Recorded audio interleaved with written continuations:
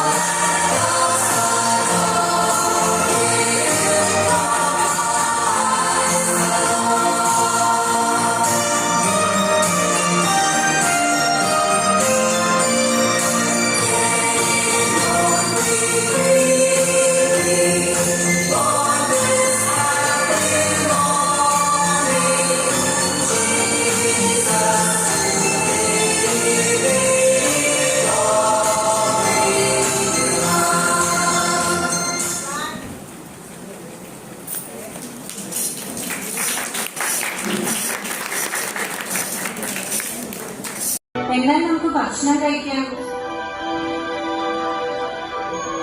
പണ്ടൊക്കെ എന്റെ ചെറുപ്പത്തിൽ പള്ളിയും കരോളും ക്രിസ്മസിന് 2-3 ദിവസം മുന്നേ തുടങ്ങും. അതെ അതെ, എന്ത് രസമായിരുന്നു. സ്റ്റാർ തൂക്കാനും വീടും ചുറ്റുവട്ടം വൃത്തിയാക്കാനും അലങ്കരിക്കാനും ഒക്കെ. അതെ, നാട്ടിലുള്ള എല്ലാ വീടുകളിലും കരോൾ സംഘം എത്തും. അവന്മാർ അപ്പവും കേശുവും ഒക്കെ വരുമായിരുന്നില്ലേ? എത്ര വെറൈറ്റി ഫുഡുകളായിരുന്നു അല്ലേ?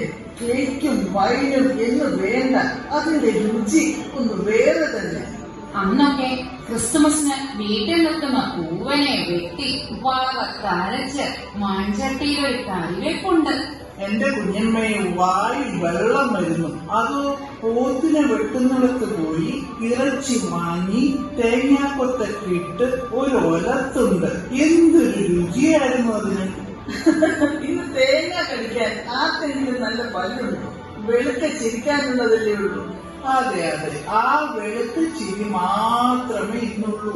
അന്ന് ക്രിസ്മസിന് നല്ല കള്ളപ്പൻ ചുട്ട് കരോട്ട് നാണി ചേച്ചിയുടെ വീട്ടിലോട്ടും പടിഞ്ഞാറയിലോട്ടും ഒരോട്ടമാണ്.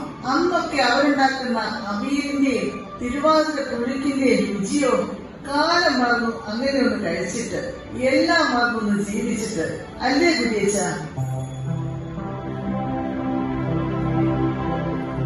ഈ കേക്ക് എന്റെ ഒരു പരീക്ഷണാട്ടോ. എങ്ങനെയുണ്ട് ആന്റി, ഭക്ഷണമൊക്കെ അടിപൊളിയാ. ഈ കേക്ക് സൂപ്പർ.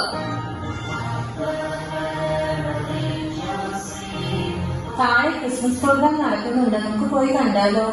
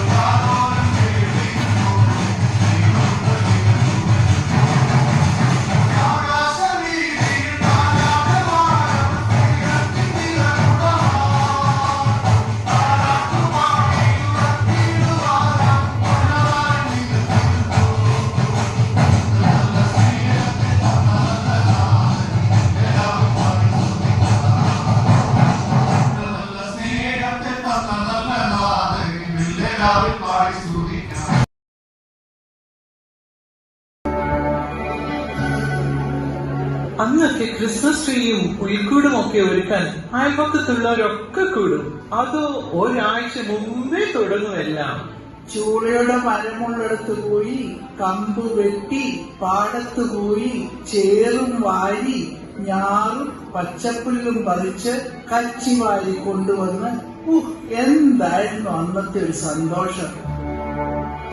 കേട്ടോ ആൻസി, ഞങ്ങളുടെ കല്യാണം കഴിഞ്ഞ ആദ്യ ക്രിസ്മസിന് വീടിന്റെ മുന്നിൽ നിന്ന തേന്മാവിൽ നക്ഷത്രം തൂക്കാനെന്നും പറഞ്ഞ് ഇവളുടെ ഒരു വാശി കാണേണ്ടതായിരുന്നു. അന്ന് ക്രിസ്മസ് പപ്പ ഇവൾക്കൊരു സ്പെഷ്യൽ ഗിഫ്റ്റും കൊടുത്തു.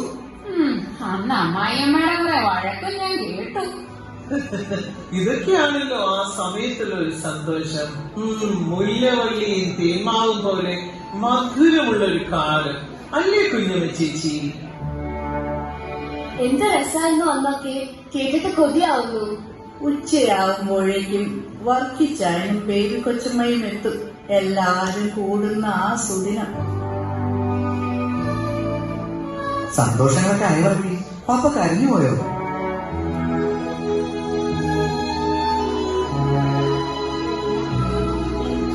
മോനെ, ഞങ്ങൾ ഇന്ന് അനുഭവിക്കുന്ന സന്തോഷം വേറെ, അന്നത്തെ സന്തോഷം വേറെ.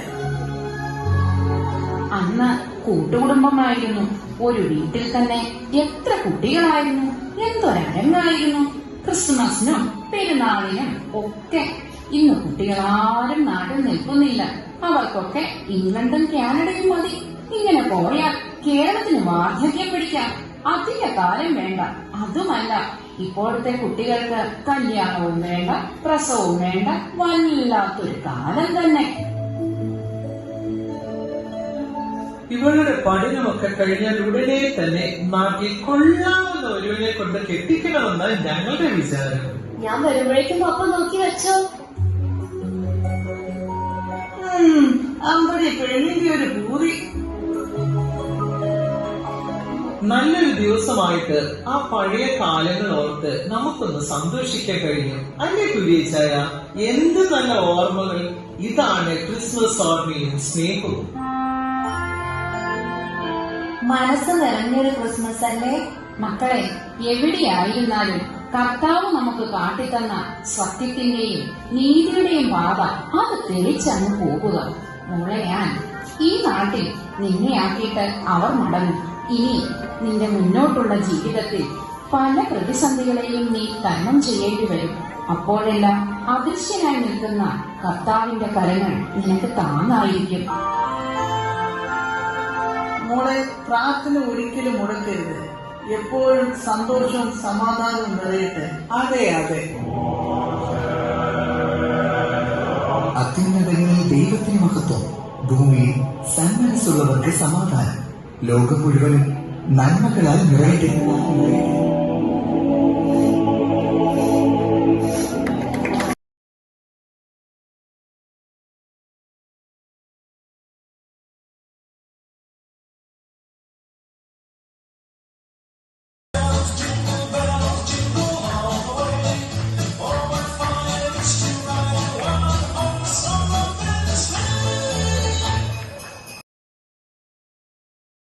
പ്ലാൻ ചെയ്ത ദിവസം മുതൽ ഇന്ന് വരെ ഇതിന്റെ എല്ലാ കാര്യങ്ങളിലും ഞങ്ങളുടെ കൂടെ ഞങ്ങളിൽ ഒരാളായി എല്ലാ ഉപദേശങ്ങളും തന്ന് ഈ പ്രോഗ്രാം മനോഹരമാക്കാൻ മുഖ്യ പങ്ക് വഹിച്ച നമ്മുടെ പ്രിയങ്കരിയായ കോട്ടയം YWCA പ്രസിഡന്റ് ശ്രീമതി സിസി കുരുവിലേക്കുള്ള നന്ദി.